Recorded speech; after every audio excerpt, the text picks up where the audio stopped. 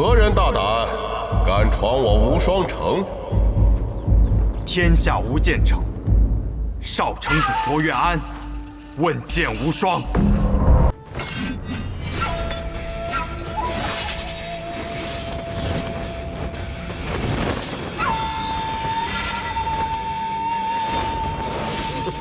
想要空手压住我的剑气，未免也太瞧不起人了吧！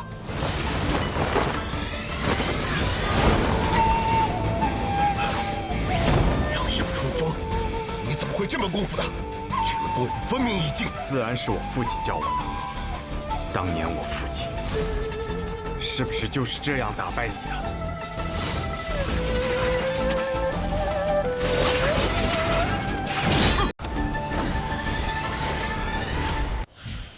剑气响进来！好一道剑气响惊雷！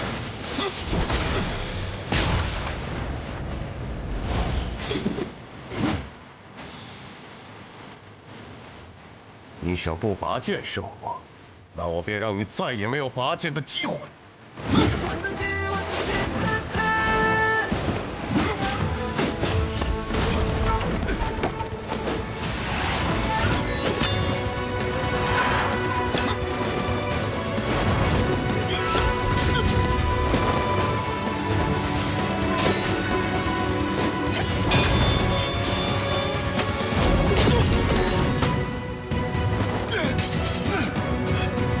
你已经败了。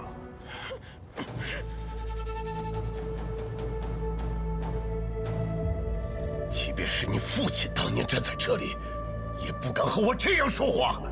这是你第几次提到我父亲了？第3次。我很想知道，你到底有什么资格提起他？你不要逼我杀你！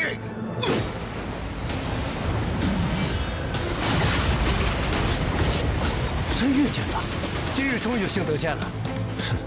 山岳剑法，不见得对付得了这个卓越安呐。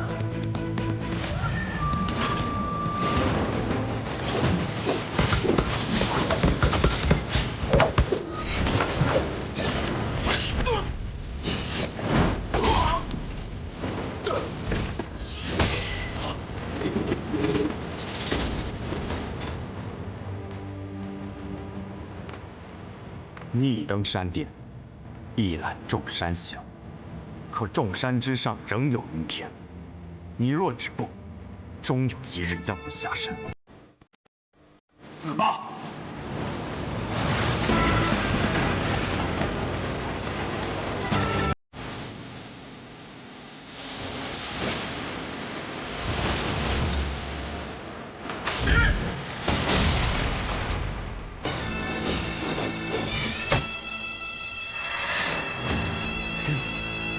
今日问剑，终于遇到了一位值得我拔剑之人。无双城，宋燕回。天下无剑城，卓越安，秋水剑。正是。我父亲曾提起过你，听闻你年少时也满身傲气，觉得自己手中执剑可登剑道之巅，一览众山小。你所创的这套剑法，虽称不上世上一流，但剑之气可称绝世。如今一剑，高山仍在，人已苍老，你的人已配不上你的剑。今日之后，恐怕这江湖上再也不会有剑山岳这号人物了。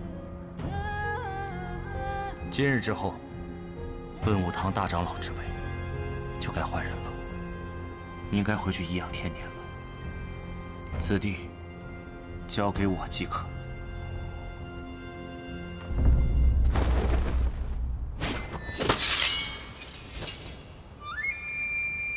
这是鹤羽剑，在江湖上的第一次出手，你是个不错的对手。此剑一出，天下无剑。在我年幼之时，也曾对天下无剑城的威名十分敬仰。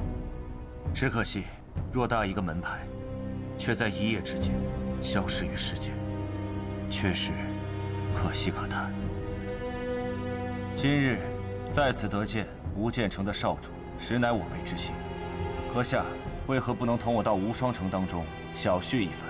你我二人又为何要在此拔剑相向呢？当年无双城被称为天下武艺，此地无双。可我父亲却称，若论剑术，他才是天下无双。二者之间一直没能分出一个胜负。我今日来此，是完成我父亲当年的一个遗愿。天下谁又不知道，如今的无双城在剑道之上，早就没有资格提这无双二字。即便如今天下冒出了一个又一个的剑仙，但我今日想做的，只是替我父亲正道。遂宋城主，请赐教吧。听此人所言，当年吴建成的父命与无双城脱不了关系，便只能一战。若我胜了，天下吴建成重现，会在江湖上掀起一阵小波澜；若我败了，天下无双城就真的不再有资格列入天下四城了。不该下来的，失策了。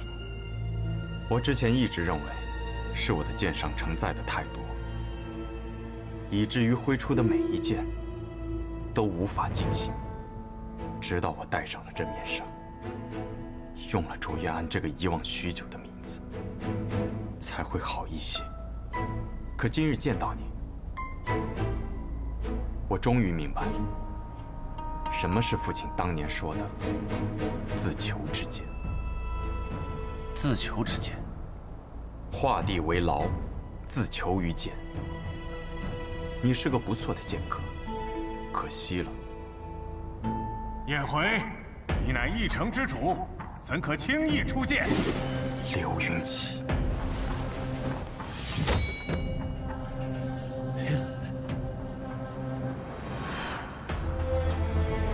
苍龙崖，不错，正是苍龙崖。我曾执此剑，与你父亲大战过一天一夜，最后我们没能分出胜负。可我父亲说，是他赢了，他很高兴，却不是因为赢了你而高兴，而是在剑道上遇到了能与他并肩而行之人，所以高兴。一派胡言！既然是他赢了，他为何不敢公布于世？无耻！你这样的人，根本没有资格成为我父亲的剑道同行者。也罢，今日我将胜过你，将你的剑斩断。我会替我父亲证明，吴建成的剑要胜过你无双城。吴建成已不存在了，你又何苦执着于此呢？可我还活着，我活着，吴建成就还在，我父亲传承的剑道也就还在。年轻人，你很有自信。这柄剑不错，看着是名剑山庄的手笔。可惜啊，越是锋锐的剑，越容易折手。颜回，你先退下。师父，我认为，我在剑炉之中养剑多年，今日这一战已不可避免。既然他想替卓玉洛问剑，那么便由我来。只是若按这般算，此战胜负便算是了却了当年的过往，与如今的无双城无关，如何？好，颜回，退下。是。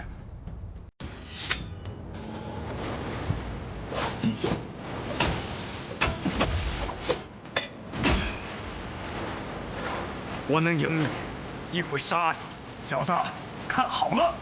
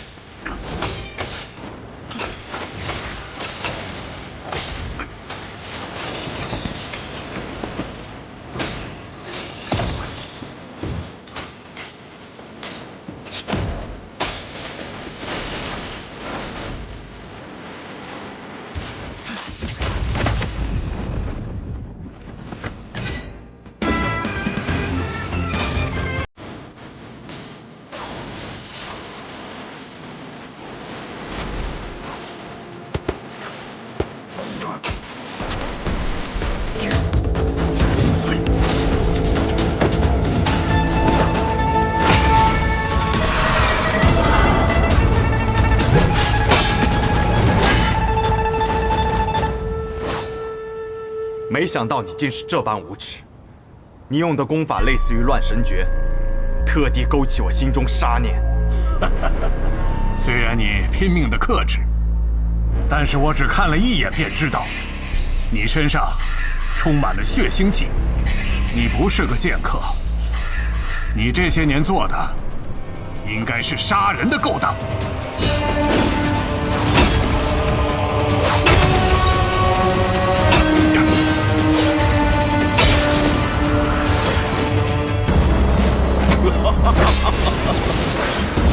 剑到风云处，笑看云起时。这么多年过去了，老城主的剑法依旧这般写意潇洒呀。可方才我与他对过一剑，以那一剑来说，他的剑术不至于如此不济。果然是师傅在剑路当中的修炼初见成效，让他的剑术更上了一层楼。你仗着众人无法看清，竟然是鬼道行径。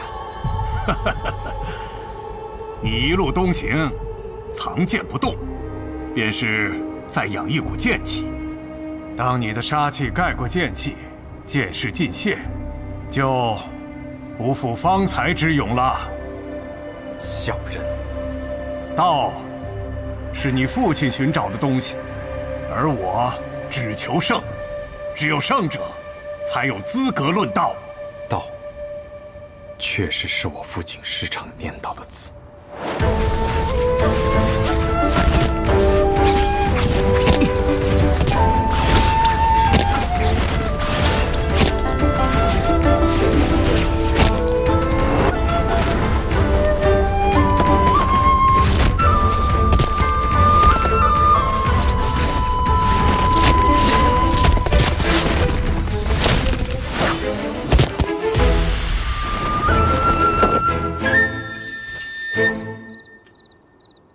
剑道，父亲，何为剑道？所谓剑，是指剑术剑法。一柄剑可以炼制多强，从能敌10人，到能敌100人，最后敌1000人，甚至敌10000人。我们这些剑客便日复一日修炼手中之剑，就是希望可以将它炼至最强，能与天下敌。我觉得我的剑已经练到了他所能到的最强，若想再前一步，便得悟道。那道又是什么呢？曾经的昆仑剑仙说过，他的剑法有3重境界。第一重是看山是山，看水是水；第2重则是看山不是山，看水不是水；第3重便是看山仍是山，看水仍是水。啊！爹爹参悟许久，也无法明白其中含义。但爹爹认为，所谓道，便是一个拔剑的理由。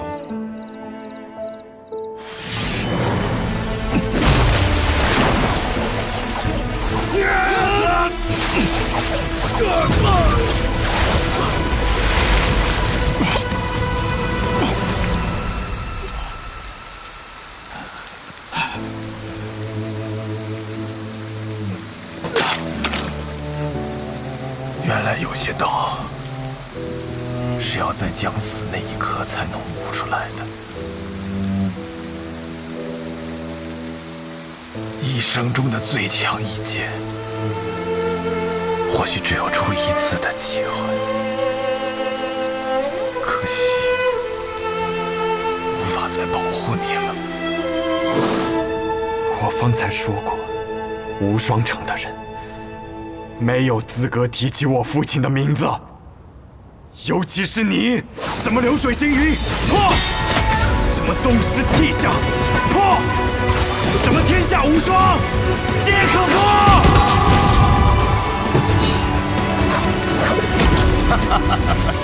此刻你杀得越凶，你便输得越快。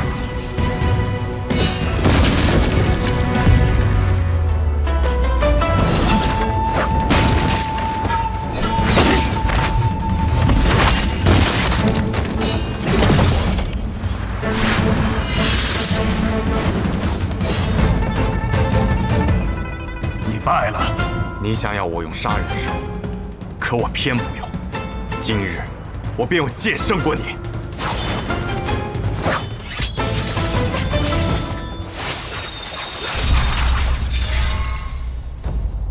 是他，你认识他？暗河执三鬼，苏沐雨。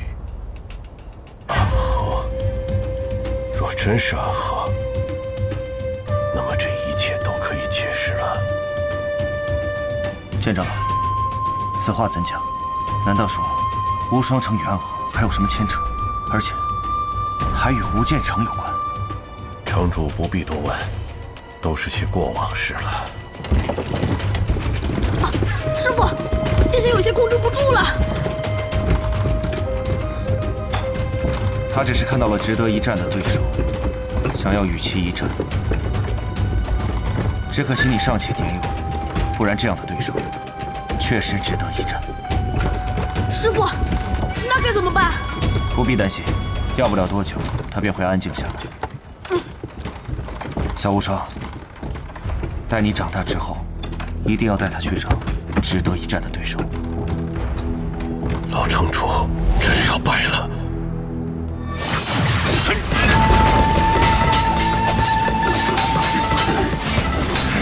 他本就应该败了，只是这一败，晚了10几年罢了。若是当初败了，他还有机会东山再起。可今日败了，他便是真的败了。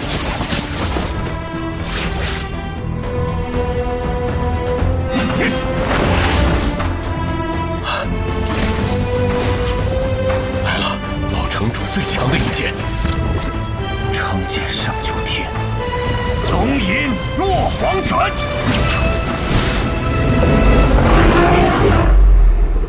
应是你落黄泉。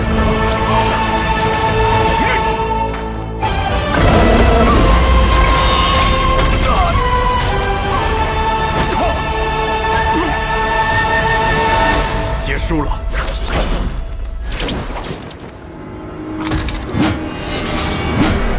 玉如意，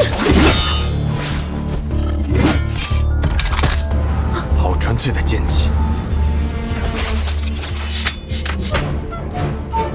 师傅，这剑匣怎么自己还会动？方才并不是剑匣自己动的，是你自己在不经意间催动了无双剑匣。这2天，我只是教了小无双一些基础的内功心法。方才那玉如意是否改变了下方的战局？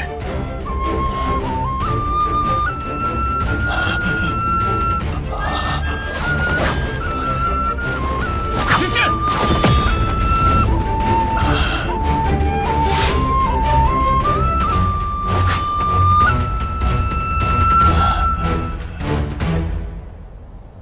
我现在杀气已退，剑势不在。你若此刻对我出剑，我必败无疑。我知道，可我绝不会趁人之危，只希望公子能留我师父一命。留你师父一命？可你师父当年杀尽我无剑城所有人的时候，可曾想过留他们一命？你说的没错，我师父当年的所作所为确实不可原谅。可是我作为他的徒弟，又怎么可能眼睁睁地看着我师父在我面前被杀死呢？希望公子可以理解。而且我师父此刻已筋脉尽断，现在未死，也全凭身上那口真气吊着，可他也活不了几日了。周公子，为何要出那最后一剑呢？一名剑客的死，并非肉体上的生死，而是剑心的存亡。刘云起的剑心已被我击溃，此生再也无法握剑。他已经死了。是。多谢周公子。其实我们见过。是的，当年共于魔教之时，我曾见过公子的剑法。可既然公子以卓越安之名前来，那你便是卓越安。我很欣赏你，你和你师父很不一样。你的剑法中没有太多力气，只是承载的过于重，无法让剑随本心，所以始终无法达到自己的最强境界。很多人都这样说过。既然长老们将无双城交付于我，我便不得不把无双城的荣辱都放在我这柄剑上。天下无双。听闻昔日曾有白羽剑仙就弟子于天启城的法场之上，离去之时，一剑斩落了上方的牌匾。那么今日，我若一剑将这4个字斩断，无剑城之名，定能重新名扬于江湖之上。公子，请不要妄动。7日之后，你我一战，若你败了，我便将其斩断。好，7日之后，无双城后山剑炉旁，我愿意看一看公子的剑。好。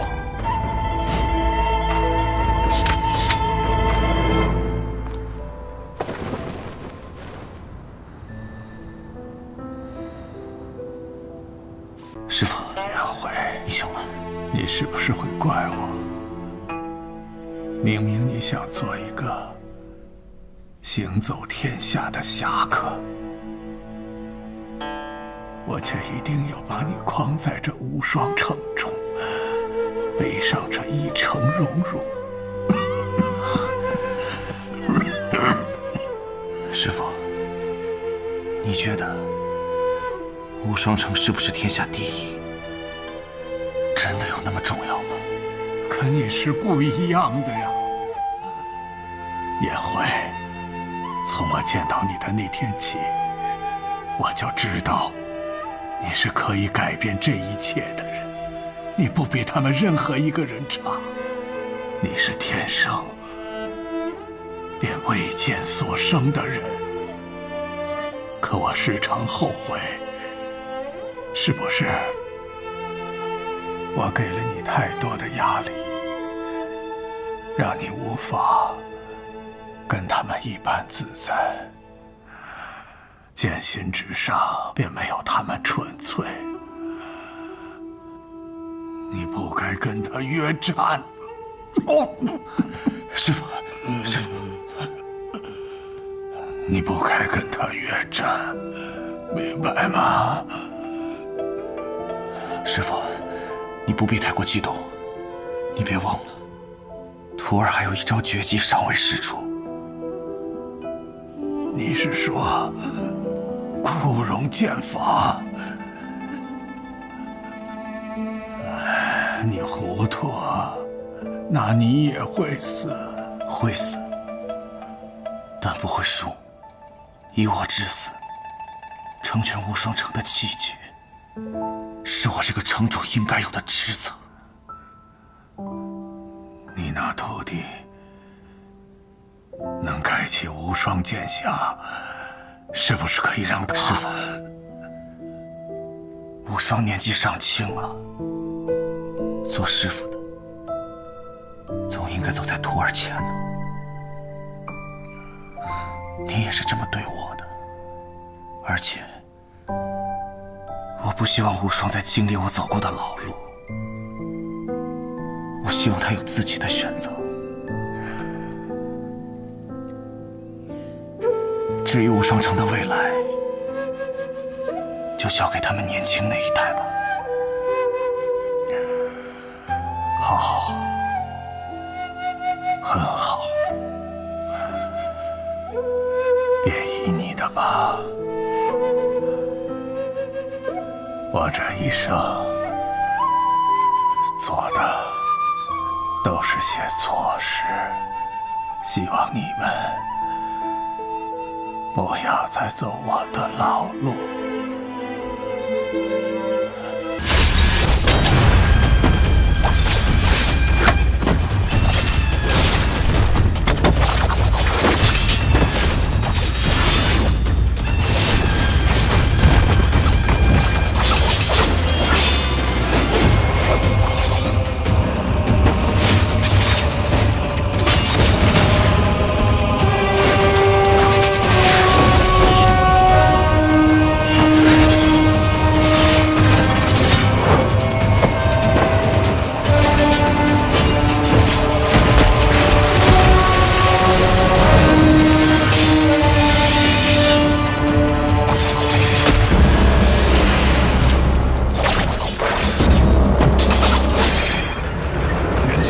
说的，徒手接过你枚暗器，差点被毒死，我可不会再上当了。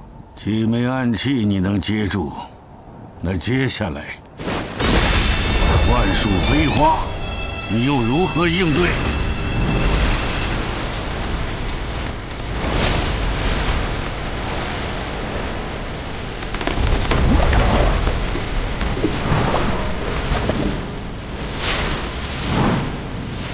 好一招万手飞花，许久没有如此尽兴的一战。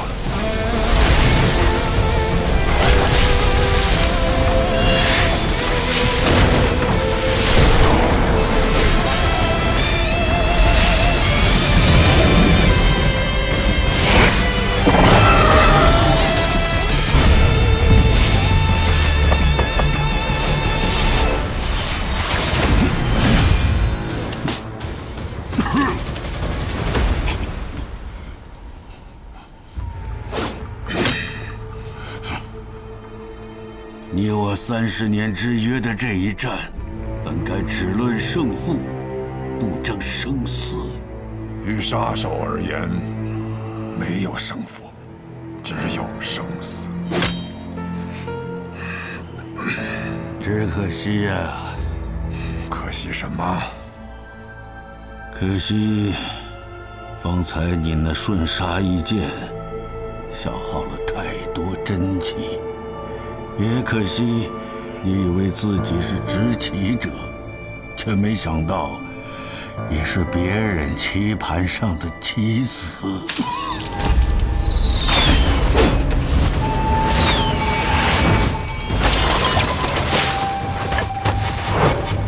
墨玉，不是跟你说过这是我自己的事，不用你插手吗？有人想趁你和唐二老爷决战之时，对你不利。一石二鸟。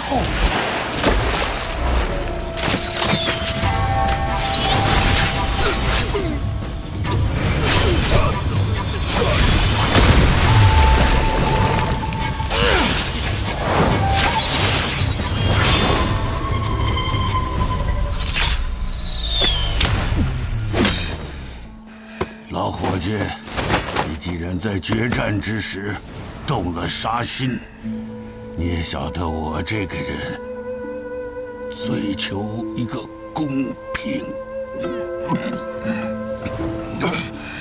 雪落一枝梅，黄泉路上我会歇歇脚，可别让我等太久。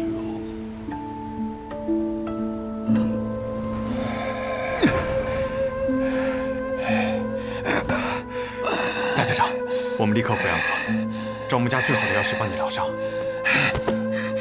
不能回安河。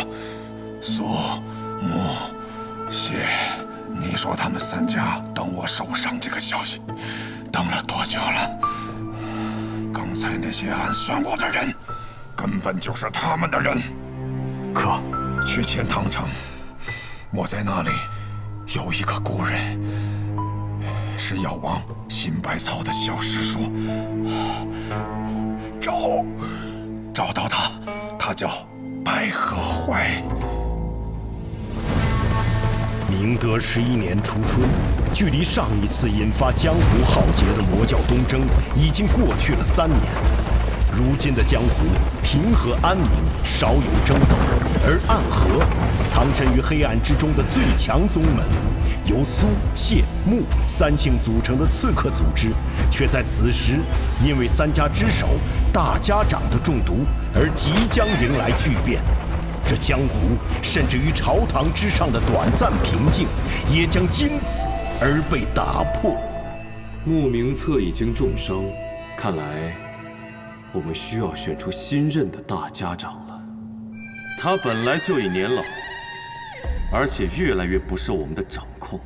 那便传信给3家，若大家长身死，谁若能率先夺得绵龙剑，回到提魂殿复命，谁便是新任的大家长。这是要让暗河大乱呢。于大乱之中，才能诞生新的暗河之主。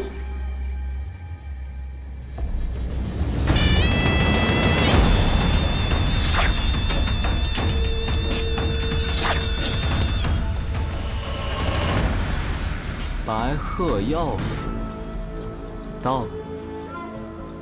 你的县尹讲，他们要来这里寻找名医。是啊，大家长身中奇毒，命不久矣。而此处就住着药王的隐居的小师叔。我们苏家老爷子说，希望这个小师叔可以不要出现，或者说，从未存在过。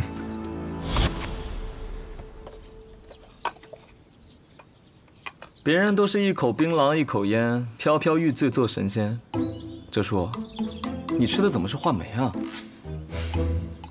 以前有个女人和我讲，槟榔对身体不好。哦，你是不是？我就不吃了。哼。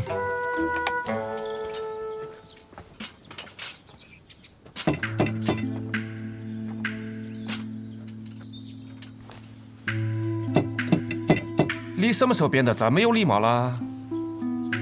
学苏沐雨啊，杀手临门，有礼有貌。可是这位神医似乎不太给面子啊。许是这位药王师叔年纪太大，耳朵背了，你要考得再响一点。哲叔，你这是敲门吗？我看你是要杀人啊！我们不就是来杀人的吗？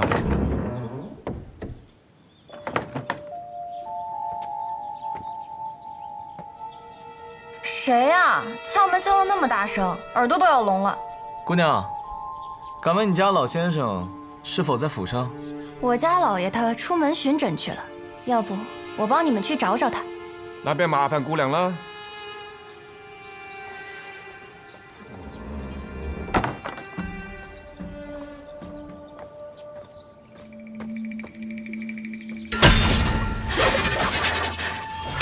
你干什么？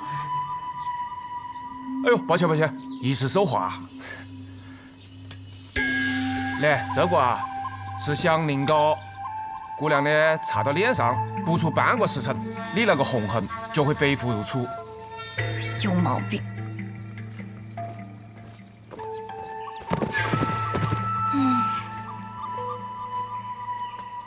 可引药蛇追踪的香凝膏，这种小伎俩也想骗过我？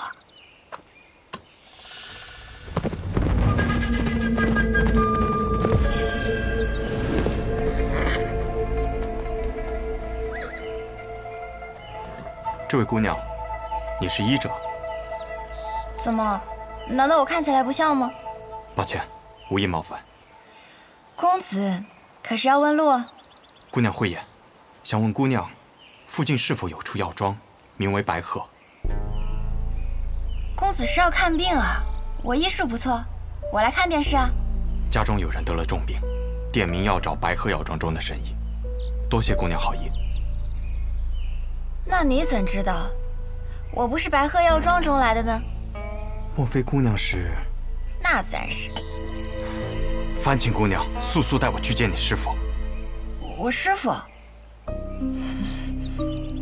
他暂时来不了这里，但是他和我说过，有贵客来访，从很远很远的地方来，想来就是公子你了吧？他让我先行随你前去。冒犯了，我需要赶时间，还请姑娘上马。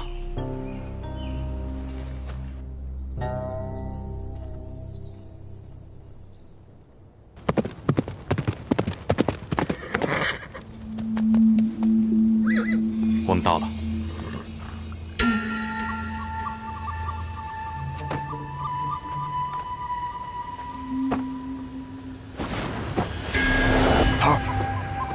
头儿，你来的正是时候。大家长那边好像出了些问题，神医呢？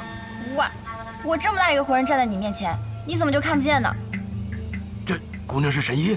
不是，那我走了。姑娘莫怪，这是神医弟子，过来帮他师傅看一下大家长病情。姑娘，请随我进去。嗯。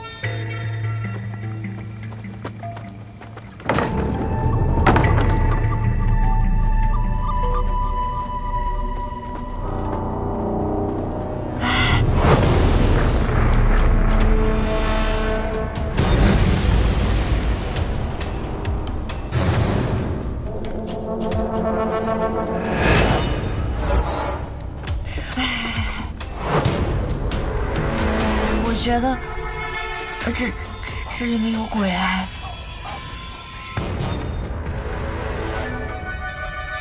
姑娘莫怕。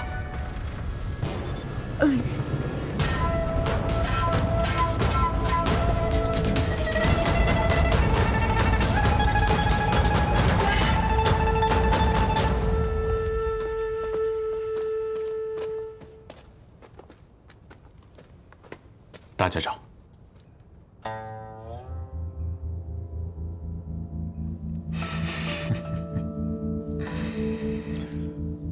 上次我见你的时候，你还是个流着鼻涕的脏孩子。我上一次见大家长时，大家长还是一个随时会准备拔刀的杀神呢。现在也随时准备着拔刀，不过头发白了而已，这手还是血红色的。行了，先诊脉吧，看看现在的大家长还能不能拔出刀来。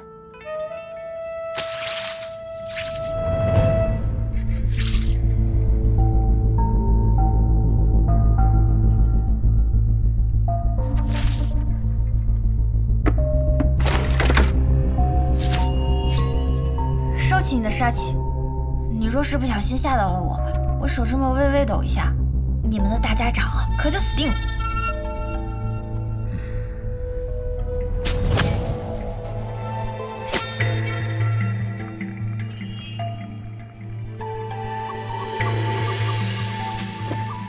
许了一枝梅。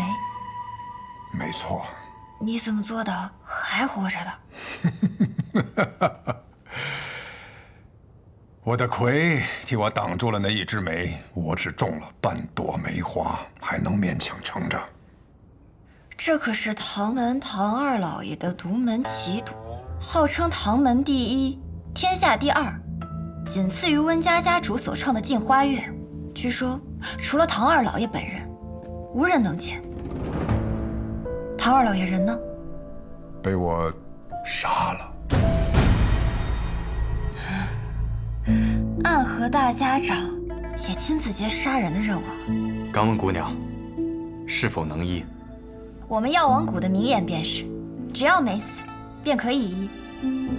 只是，姑娘有何需求，但说无妨。就等你这句话了。医当然可以医啊，只要银子管够。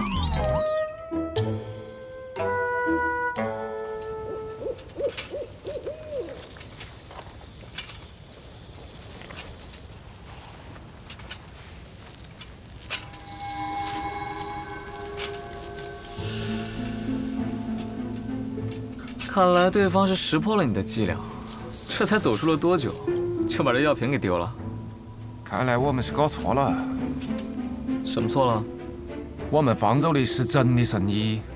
还好，我也做了些准备。哦。哼。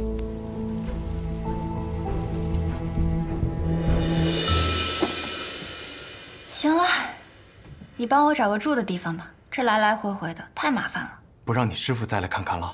我师傅，他早就入土为安了。你们怎么老想着要他从地底下爬出来？什么？药王的小师叔已经死了？沐玉，你错了，你眼前这位就是药王新百草的小师叔，药王谷一脉祖师，李宇珍的关门弟子白鹤怀。医者白鹤怀，见过暗河大家长。见过暗河的魁大人。魁大人，我肚子饿了。神医见谅，行走在外，难有什么珍馐佳肴，只有这个了。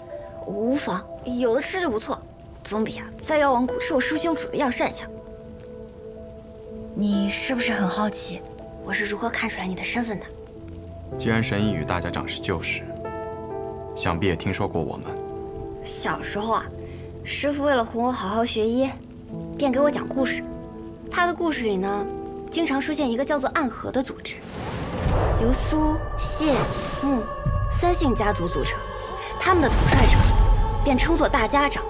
大家长座下有直属刺客团诸营，其中最强的12人以地支12校为代号，而他们的统帅者便是魁。今日我见到的这些人，他们以生肖为面，唯你戴血红恶鬼面具，随侍大家长左右。你不是魁，还能是谁？神医对我们的了解，比我想象中更深。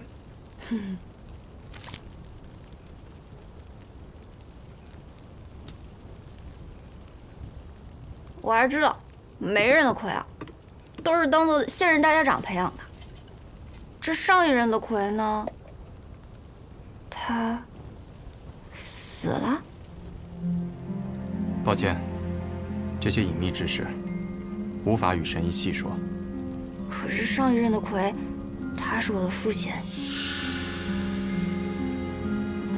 这也不能问吗？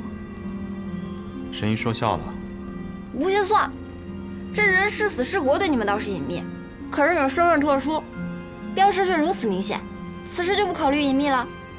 我也曾问过同门前辈，身为刺客，本该想尽办法隐匿身份，可为何我们却明明白白地把身份写在脸上？那人怎么说？这是意思个，你懂事吗？你怎么突然大舌头啊？不是我大舌头，是他大舌头。我想起来了，难道我白日里见到的那个人，他便是你的同门？他是不是手里还拿着一根法杖，上面套满了金环？这书居然也来了。还有一个玩匕首，那是昌河。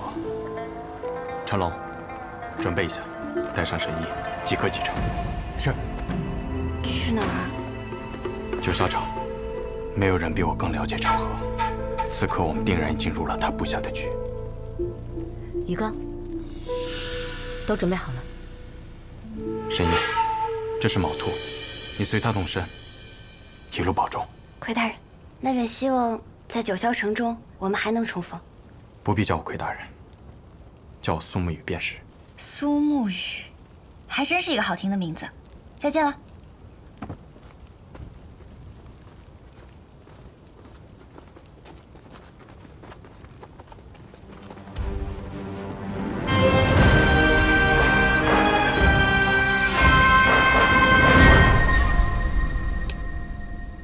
你讲的准备就是在这开等啊？谢家的刀，穆家的鬼，每一个都蠢蠢欲动，而我就不一样了，我很懒的，不如就跟在那些勤快的人后头，虽然会慢上几步，但永远不会迟到。你也透露了点消息给他们，他们2家都配应来这开了。哼，真是个狡诈的小子！老爷子派出你，是铁了心要上位啊！唉，最聪明的我和最强的你，这是我曾经暗河第1高手，上一任魁大人。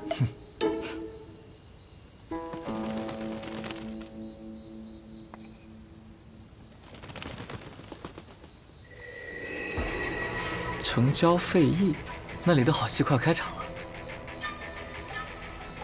走吧，哲叔，我们苏家那位老爷子该等着急了。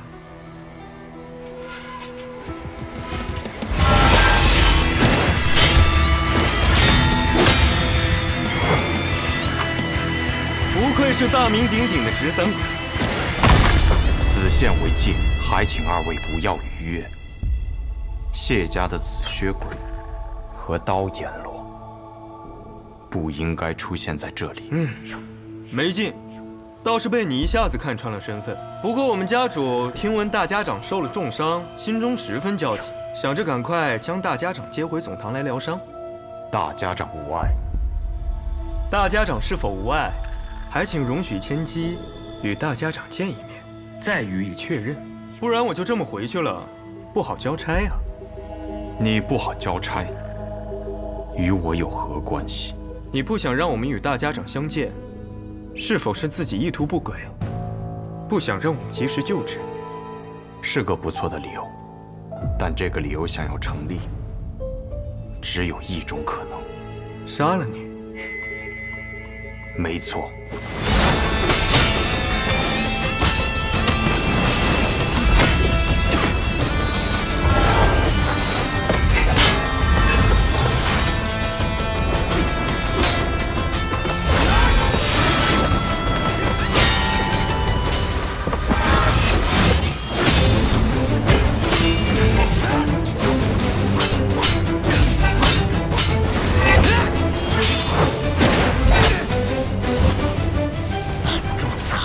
为何不敢一献？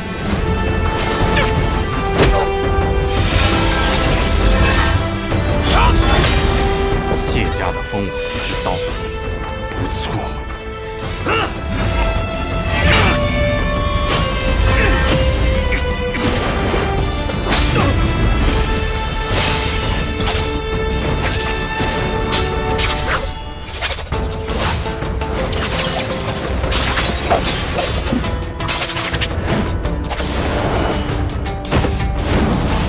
你真以为我有那么弱？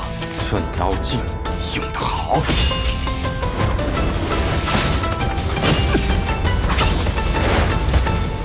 回去告诉你们家老爷子，若及时收手，那么这段时间的事情，大家长可以装作无事发生；若继续这般执迷不悟，就别怪我们朱隐无情了。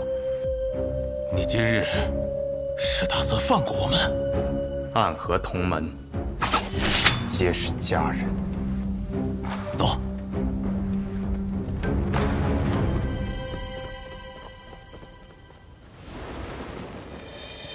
你来了。你好像看到我不是很高兴啊，我的魁大人。我知道你知道会到，却还是希望可以晚一点。老爷子让我给你带句话，你是苏家的弟子。如今我是魁，人中之魁，我属于暗河，却不属于任何一家。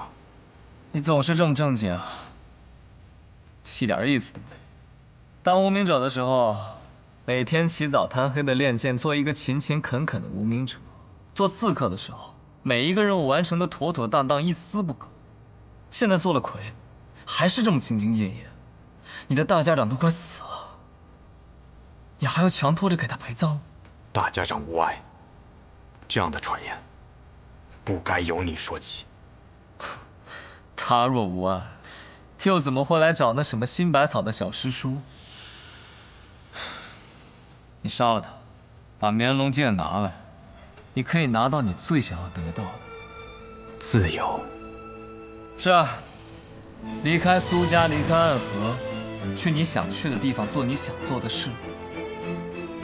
你知道呢，暗河从未有过这样的先例，而我们那位老爷子愿意为你铺路。若我拒绝呢？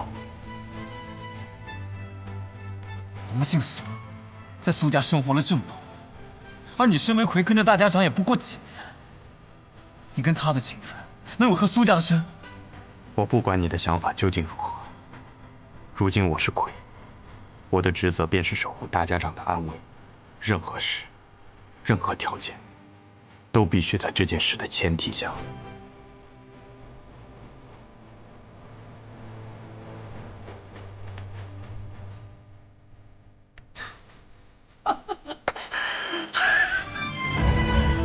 错没错，就是这样。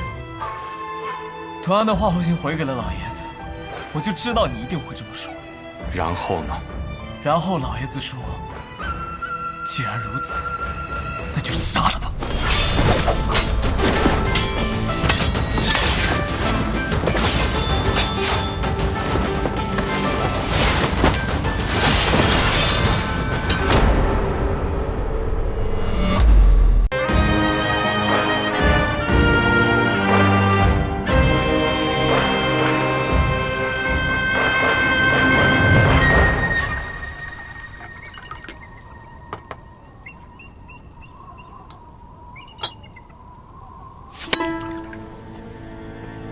谁惹了木秋兄啊？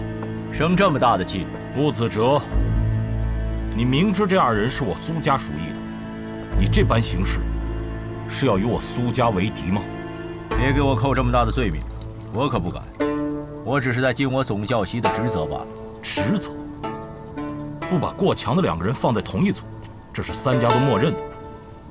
你就不怕我上报提魂殿吗？等他们情深意重，把彼此看成兄弟的时候，再让他们自相残杀。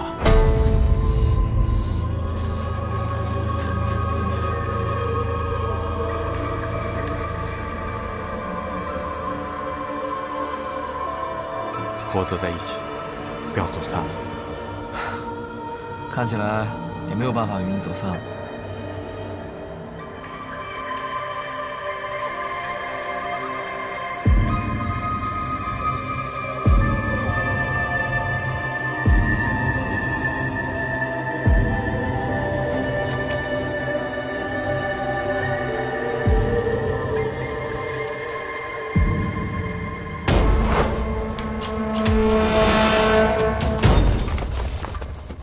全都来了。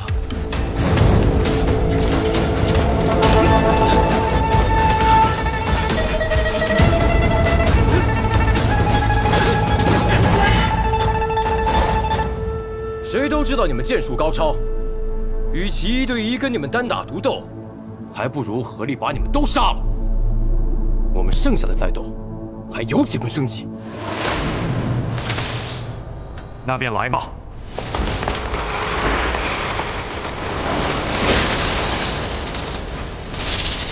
八节制，刀剑合十，攻守戒备，举一切生机。要胜此战，唯有一途，雅如举手。我为尔。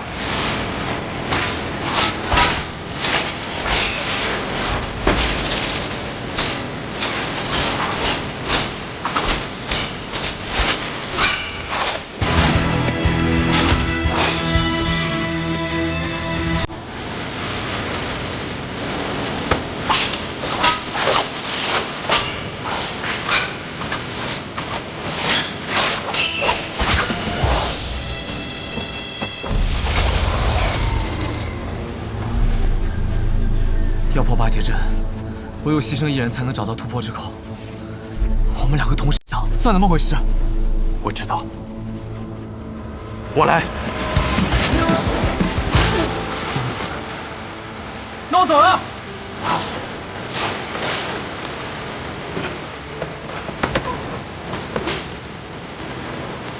破剑之口。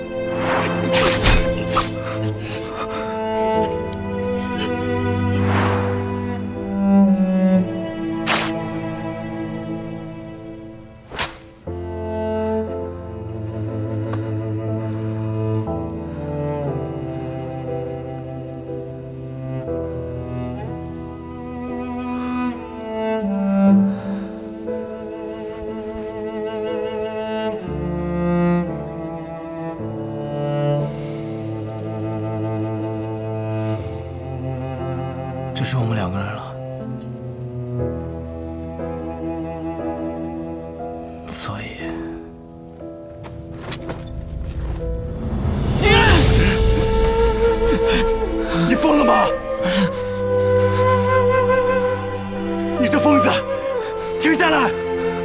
我跟你说过，你的恩情，我迟早会还的。我不需要你还，你此前替我做点灯童子的时候已是还了。暗河的规矩，10个人只有1个人能走出鬼窟园，成为3家之人。你若不成我的情，我们2个人都得死！一定会有办法的。我去和他们说，他们享有最顶尖的刺客，而我们俩是他们这些年里遇到最好的种子，他们不会愿意就这么失去我们的。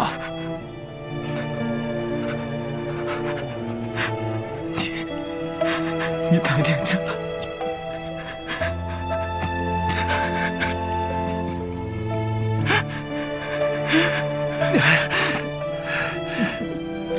你把手放开！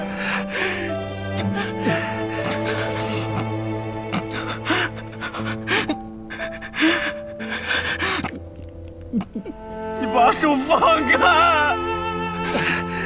只要足够强，便有资格天真。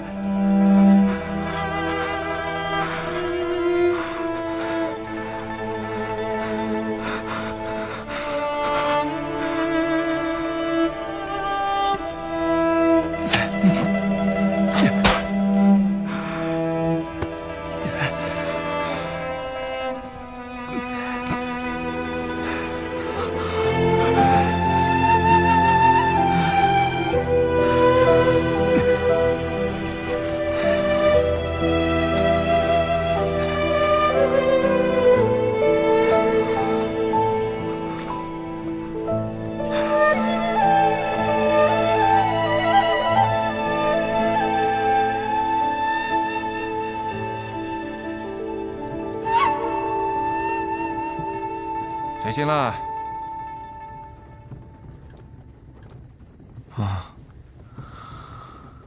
做了一个很长很长的梦，梦到一些很久以前的事儿。